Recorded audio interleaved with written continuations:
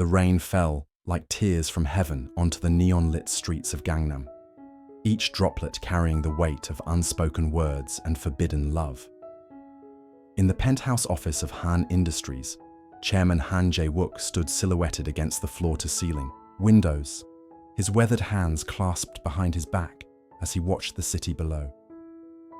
At 62, he had built an empire from nothing, transforming a small textile business into one of Korea's most powerful conglomerates.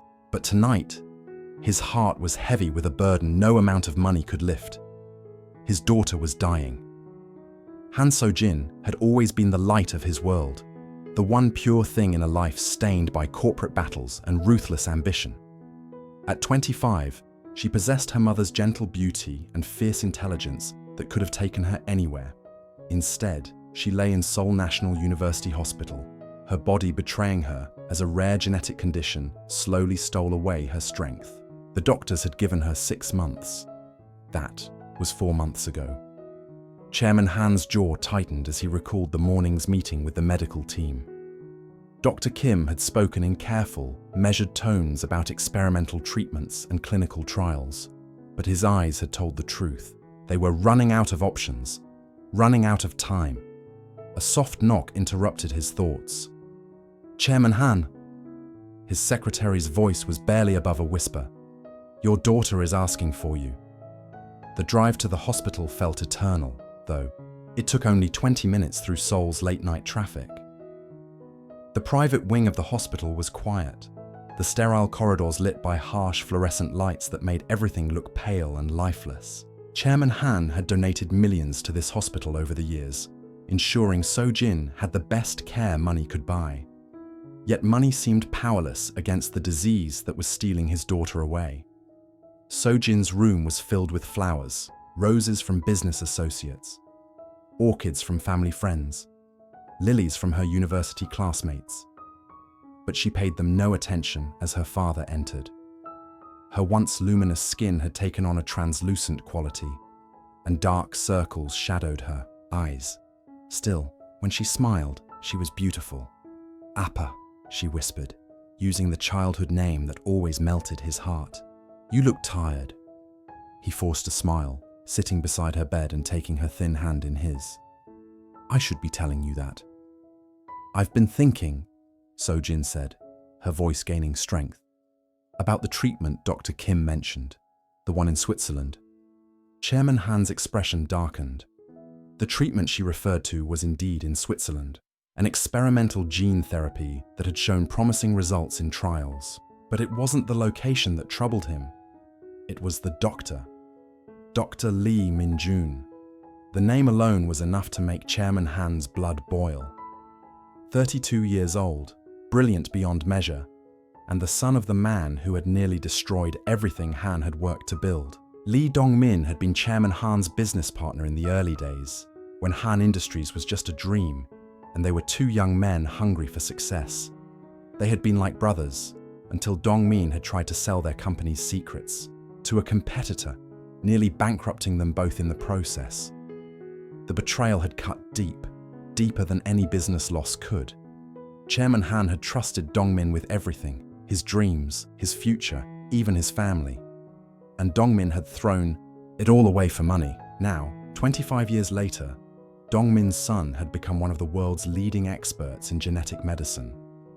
Dr. Lee Min-jun had studied at Harvard, trained in Switzerland, and developed revolutionary treatments that were saving lives across the globe. He was brilliant, dedicated, and by all accounts, nothing like his father. But Chairman Han couldn't see past the surname. Lee, the name that represented betrayal, broken trust, and the darkest period of his life. "So-jin," he said carefully, "there are other doctors, other treatments. We don't need to." "Appa," her voice was firm despite its weakness. "Dr. Lee's treatment has the highest success rate. You know this." Chairman Han stood abruptly, walking to the window that overlooked the hospital's garden. In the moonlight, he could see couples walking, hand in hand, their love uncomplicated by the burdens of the past. How he envied them. "His father," he began. "Is not him," So-jin finished. Min-jun has done nothing but dedicate his life to helping people. His research has saved hundreds of lives. Can you really let your hatred of his father cost me my only chance? The words hit like physical blows. Chairman Han closed his eyes, feeling the weight of years pressing down on him. In his mind, he could see Dongmin's face on that terrible day. The day he discovered the betrayal. The shock, the hurt, the rage that had consumed him for months afterward. He had sworn never to forgive, never to forget, but this was his daughter's life. "I'll think about it," he said finally. Sojin smiled, but it was tinged with sadness. "Don't think too long, Appa. We both know I don't have that luxury."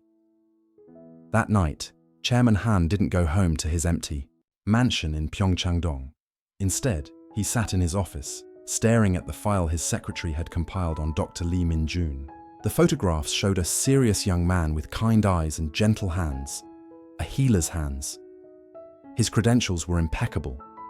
Graduated summa cum laude from Seoul National University's medical school, residency at Massachusetts General Hospital, fellowship in genetic medicine at the University of Zurich. More importantly, his success rate with patients suffering from Sojin's condition was remarkable. 87% showed significant improvement. 63% achieved complete remission. Chairman Han's hands trembled as he turned the pages. Here was his daughter's hope, wrapped in the face of his enemy's son. The next morning brought news that shattered what remained of Chairman Han's resolve. Dr. Kim called with the results of Sojin's latest tests. Her condition was deteriorating faster than expected. They had weeks, perhaps days, before irreversible damage occurred. "We need to make a decision now," Dr. Kim said, gently. "I've spoken with Dr. Lee in Zurich. He's willing to see Sojin immediately if we can get her there." Chairman Han sat in stunned silence. The universe seemed to be conspiring against him, forcing a choice he never wanted to make. "Sir?" Dr. Kim's voice seemed to come from far away. "Yes," Chairman Han whispered. "Make the arrangements." The flight to Zurich was a nightmare of turbulence and worry. Sojin slept most of the way, her head resting on her father's shoulder while he watched the clouds pass beneath them. She had insisted on going, despite the risks of traveling in her condition. "I'm not going to die hiding in a hospital bed," she had said with the fierce determination that reminded him so much of her mother. The Swiss clinic was a marvel of modern medicine, all glass and steel nestled in the shadows of the Alps. As their car pulled up to the entrance, Chairman Han felt his chest tighten. Somewhere in this building was the man he had sworn to hate, the son of his greatest enemy, the man who might save his daughter's life. Dr. Lee Min-jun was not what Chairman Han had expected. Where his father had been flashy and loud, Min-jun was quiet and thoughtful. He moved with the careful precision of a surgeon, but his eyes held warmth when he looked at Sojin. He was handsome in an understated way, with gentle features that spoke of compassion rather than ambition. "Miss Han," he said, bowing respectfully, "I'm honored to meet you. Your case is fascinating from a medical standpoint, and I believe we have excellent chances for a positive outcome." Chairman Han watched the interaction with suspicious eyes. There was something in the way Min-jun looked at his daughter. Professional concern, yes, but something more. Something that made the older man's protective instincts flare to life. The consultation lasted 3 hours. Min-jun explained the treatment in detail, outlining the risks and benefits with scientific precision.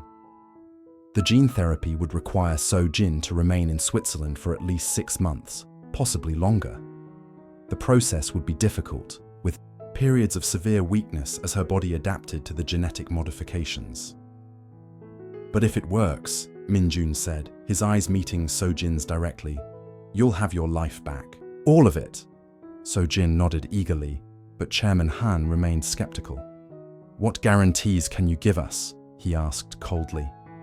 Min-jun turned to face him fully, and Chairman Han was struck by the steadiness of his gaze. "I can guarantee that. I'll give everything I have to save your daughter's life, Mr. Han. I can guarantee that this treatment represents her best hope.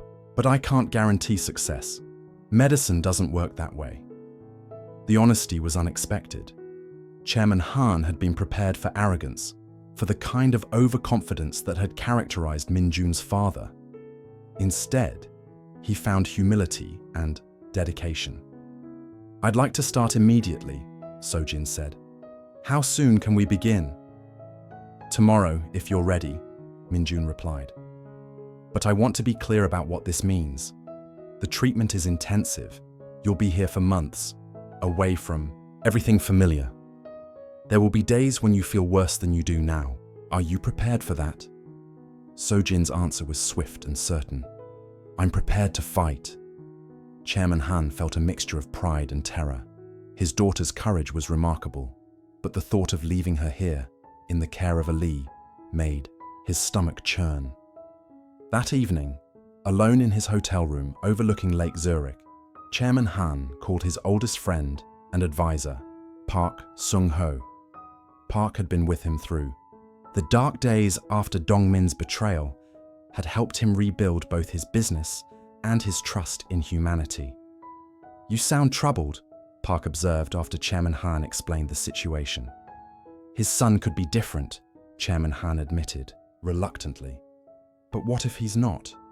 What if this is some elaborate revenge? Dongmin always swore he'd make me pay for exposing his corruption." "Jae-wook," Park said gently. "Dongmin died 3 years ago. His son has spent his career saving lives, not plotting revenge. Sometimes a doctor is just a doctor." The words stung because they carried the ring of truth. Chairman Han had built his entire worldview around the betrayal, using it to justify his ruthlessness in business and his mistrust of others. But here was Dongmin's son, offering hope when all seemed lost. The treatment began the next morning. Chairman Han insisted on staying, taking a suite at the hotel and visiting the clinic daily. He watched Min Jun work with growing amazement. The young doctor was patient and kind, explaining every procedure to Sojin, holding her hand when the treatments made her sick, celebrating small victories with genuine joy. More troubling to Chairman Han was the way his daughter looked at the doctor. There was admiration there, yes, but something deeper. Something that looked dangerously like love.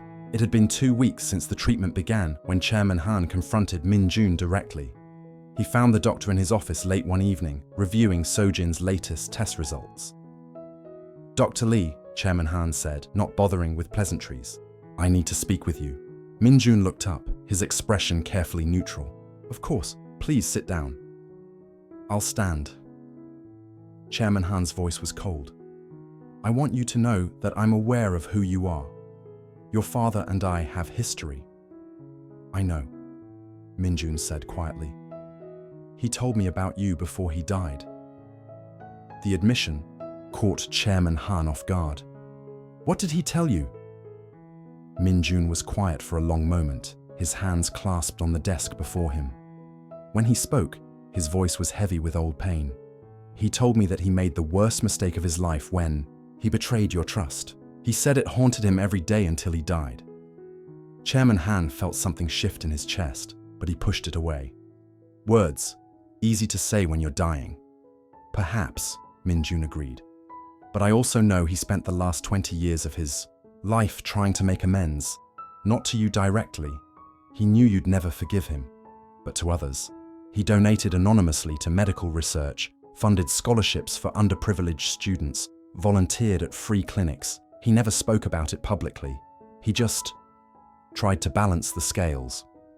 The revelation hit Chairman Han like a physical blow. He had never known about Dongmin's charitable work, had never imagined his former friend capable of such quiet redemption. "Why are you telling me this?" he asked. Min Jun met his eyes directly. "Because your daughter deserves to know that her doctor isn't treating her to spite you or honor some family vendetta. I'm treating her because she's a remarkable young woman who deserves to live. And because..." He paused, color rising in his cheeks. "Because I care about her, more than I should, professionally speaking." The confession hung in the air between them. Chairman Han felt rage building in his chest, not just at the admission, but at the way Min-jun had said it, with honesty and vulnerability that reminded him painfully of himself at that age. "You dare," he began. "I dare to be honest with you," Min-jun interrupted quietly. "I could lie, pretend my feelings are purely professional. But So-jin has taught me that life is too short for deception. She faces every day with courage and truth. The least I can do is offer you the same." Chairman Han stared at the young man, seeing not his enemy's son but a doctor who was falling in love with his dying daughter. The situation was impossible, heartbreaking, and yet somehow inevitable. "She's dying," Chairman Han said, the words torn from somewhere deep inside him. "She was dying," Min-jun corrected gently. "The treatment is working, Mr. Han. Her latest tests show significant improvement. Her body is accepting the genetic modifications better than I dared hope. If this continues, she'll not only survive, she'll thrive." The hope in Min-jun's voice was infectious, but Chairman Han had learned not to trust hope too easily. "And if it doesn't continue, then I'll find another way," Min-jun said with quiet determination. "I won't let her die. I can't." That night, Chairman Han walked the streets of Zurich until dawn, his mind churning with conflicting emotions. Everything he thought he knew was being challenged. His hatred of the Lee family, his protective instincts toward his daughter, his understanding of love and redemption. All of it was shifting like sand beneath his feet. When he arrived at the clinic the next morning, he found So-jin sitting, up in bed, her cheeks flushed with color he hadn't seen in months. She was laughing at something Min-jun had said, and the sound was like music. "Appa!" she called when she saw him. "Look!" She stood from the bed, swaying only slightly, and took several steps toward him. "I walked to the bathroom by myself this morning." Chairman Han felt tears sting his eyes as he embraced his daughter. She felt stronger, more solid in his arms. For the first time in months, she felt alive. Over the following weeks, So-jin's improvement accelerated. The genetic therapy was working better than anyone had dared hope, targeting the defective genes that had been slowly killing her and replacing them with healthy alternatives. Her energy returned, her appetite improved, and most importantly, her test results showed normal function returning to previously damaged organs. But with her physical recovery came emotional complications that Chairman Han hadn't anticipated. So-jin and Min-jun were falling in love. Not the desperate attachment of patient to savior, but the deep, abiding connection of two souls recognizing each other. Chairman Han watched it happen with a mixture of joy and despair. He was happy to see his daughter's eyes bright with something other than pain. But every smile she shared with Min-jun felt like a betrayal of the past, a forgiveness he wasn't ready to grant. The crisis came 6 weeks into the treatment. So-jin had been experiencing severe side effects, fevers, weakness, nausea, that left her unable to keep food down. Min-jun was worried, adjusting medications and running constant tests. Chairman Han was terrified, watching his daughter's brief recovery slip away. "It's normal," Min-jun assured him during one of their daily consultations. "Her body is fighting the changes. This phase typically lasts a few days." But days stretched into a week, and So-jin grew weaker. Chairman Han found himself spending entire nights at the clinic, holding his daughter's hand as she shivered with fever.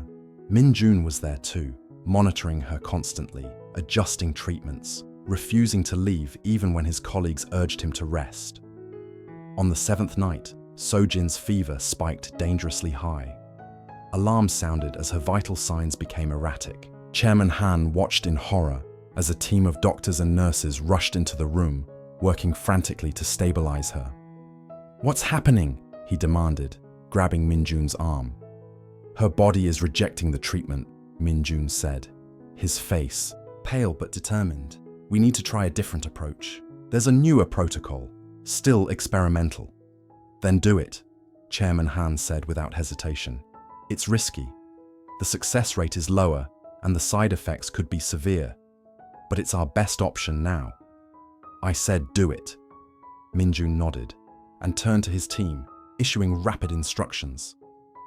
Chairman Han watched the man who was trying to save his daughter's life, seeing the dedication and skill that had nothing to do with the sins of the past. In that moment, Min Jun wasn't Dongmin's son.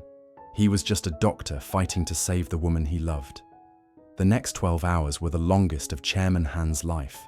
Sojin drifted in and out of consciousness while the new treatment battled for control of her damaged genes.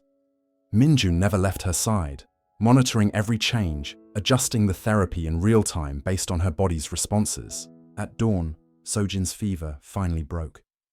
Her breathing steadied, her heart rate normalized, and when she opened her eyes, they were clear and focused. "Appa," she whispered. Chairman Han leaned over her, tears streaming down his face. "I'm here, sweetheart, I'm here." She looked past him to where Minjun stood, exhaustion written across his features. "Did it work?" Minjun smiled, the expression transforming his tired face. "It worked. Your body is accepting the new protocol. The genetic markers are all positive." Sojin began to cry, tears of relief, of joy, of gratitude for a future she had thought was lost. Chairman Han found himself looking at Minjun with new eyes. This wasn't the son of his enemy. This was the man who had given his daughter back her life. The recovery was swift after that. Within days, Sojin was walking the clinic corridors. Within weeks, she was ready to return to Korea. But there was one more conversation Chairman Han needed to have before they left Switzerland. He found Minjun in the clinic's garden, sitting on a bench overlooking the lake. The young doctor looked lost in thought, and Chairman Han realized he was probably wondering if he'd ever see Sojin again once she returned to Seoul. "Dr. Lee," Chairman Han said, settling beside him on the bench. Minjun looked up, surprise flickering across his features. "Mr. Han, I thought you were with Sojin, packing for tomorrow's flight. She's with the nurses saying goodbye. We need to talk." Minjun's expression became guarded. "Of course." Chairman Han was quiet for a long moment, watching the sun set over the lake. When he spoke, his voice was heavy with years of pain and pride. "Your father was my best friend once. Did you know that? He mentioned it. He said you were like brothers. We were. We dreamed together, planned together, built something from nothing. And when he betrayed me..." Chairman Han shook his head. "I thought I'd never trust again. I thought I'd never forgive." Minjun said nothing, waiting. "But you saved my daughter's life," Chairman Han continued. "You gave everything you had to give her a future. And watching you with her, seeing the way you care for her, I realized that hatred is a luxury I can no longer afford." He turned to face Minjun directly. "Sojin loves you, and unless I'm very much mistaken, you love her." Minjun's cheeks flushed, but he didn't deny it. "I do, more than I thought possible." "Then you have a choice to make," Chairman Han said. "You can stay here in Switzerland, building your reputation and advancing your career. Or you can come to Korea and join our family. The choice is yours, but if you choose Korea, you should know that I'll do everything in my power to make you happy. Both of you."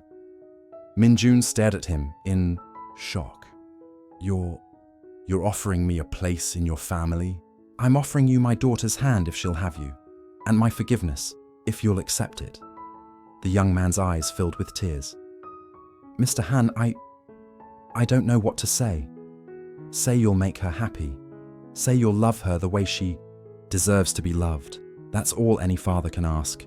Minjun nodded, overcome with emotion. "I will. I swear to you, I will." Chairman Han extended his hand. After a moment's hesitation, Minjun took it.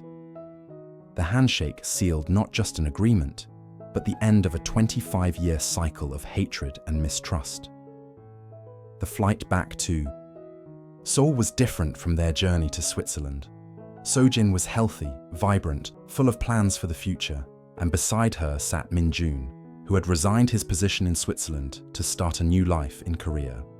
Chairman Han had offered him a position heading the genetic medicine department at Seoul National University Hospital, along with funding. for his research and a salary that would allow him to focus on helping patients rather than chasing grants. As the plane descended through the clouds toward Incheon Airport, Chairman Han felt a peace he hadn't experienced in decades. His daughter was alive, healthy, and in love with a good man. The sins of the past had been forgiven, if not forgotten. And for the first time since his wife's death 10 years earlier, he had hope for the future. The wedding took place 6 months later in the garden of Chairman Han's mansion. It was a small ceremony, just family and close friends, exactly as Sojin had wanted. She looked radiant in her mother's wedding dress, her health fully restored, and her future bright with possibility. As Min-jun slipped the ring onto her finger, Chairman Han thought about the strange ways life worked. The man he had hated most in the world had given him the son he had never had. The son he had sworn to despise had become the answer to his prayers. In his wedding speech, Chairman Han spoke about forgiveness, about the courage to let go of old hurts and embrace new possibilities. He spoke about his daughter's strength and Min-jun's dedication, but mostly he spoke about love, the love that had conquered hate, the love that had defeated death, the love that had given them all a second chance. Later, as the evening wound down and the guests began to leave, Chairman Han found himself alone with Min-jun on the garden terrace. The younger man was watching Sojin chat with her university friends, his face soft with adoration. "Thank you," Min-jun said quietly, "for giving us your blessing, for welcoming me into your family. I know it wasn't easy." Chairman Han smiled, feeling lighter than he had in years. "It was the easiest decision I ever made once I stopped letting the past cloud my judgment. You saved my daughter's life. You gave her hope when I had none left to offer. How could I not love you for that?" They stood in comfortable silence, watching Sojin laugh with her friends. She caught sight of them and waved, her face glowing with happiness. "She almost died hating me," Chairman Han mused. "Died thinking I cared more about old grudges than her future. I almost lost everything because I couldn't let go of the past." "But you did let go," Min-jun pointed out. "When it mattered most, you chose love over hate. That takes courage." Chairman Han nodded, remembering that terrible night in Switzerland, when Sojin's fever had nearly claimed her. In that moment, faced with the possibility of losing her forever, all his old resentments had seemed petty and meaningless. Only one thing had mattered: saving his daughter. "You know," he said, "your father would have been proud of the man you've become, proud of the lives you've saved, the hope you've given to families like mine." Min-jun's eyes grew bright with unshed tears. "I hope so. I've spent my whole life trying to honor his memory while also making up for his mistakes." "His mistakes weren't yours to fix," Chairman Han said gently. "But the fact that you tried, that you dedicated your life to healing and helping others, that says everything about who you are." As the night deepened and the stars came out over Seoul, Chairman Han realized that his story, their story, was far from over. Sojin and Min-jun would have children someday, grandchildren who would never know about the hatred that had once threatened to tear their family apart. They would know only love, only the hope and joy that had emerged from forgiveness. The Nwait past had been painful, marked by betrayal and loss and years of bitter resentment. But the future stretched ahead of them, bright with possibility, built on the foundation of love conquered hate, hope defeated despair, and a father's willingness to put his daughter's happiness above his own pride. In the end, Chairman Han reflected, "Sometimes the people we think are our enemies turn out to be our salvation. Sometimes the names we swear to hate become the names we learn to love. And sometimes when all seems lost, hope comes wearing the face of the last person we expected to save us."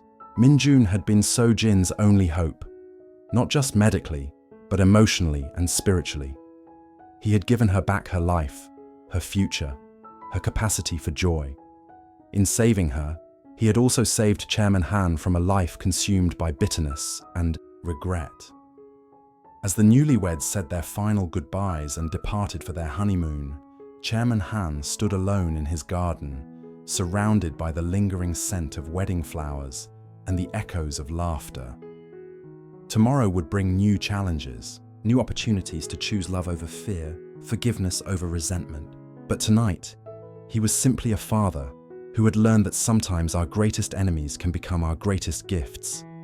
Sometimes the last person we would ever trust turns out to be the only person who can save what matters most. And sometimes, if we're very lucky and very brave, we get the chance to choose hope over hate and discover that it makes all the difference in the world.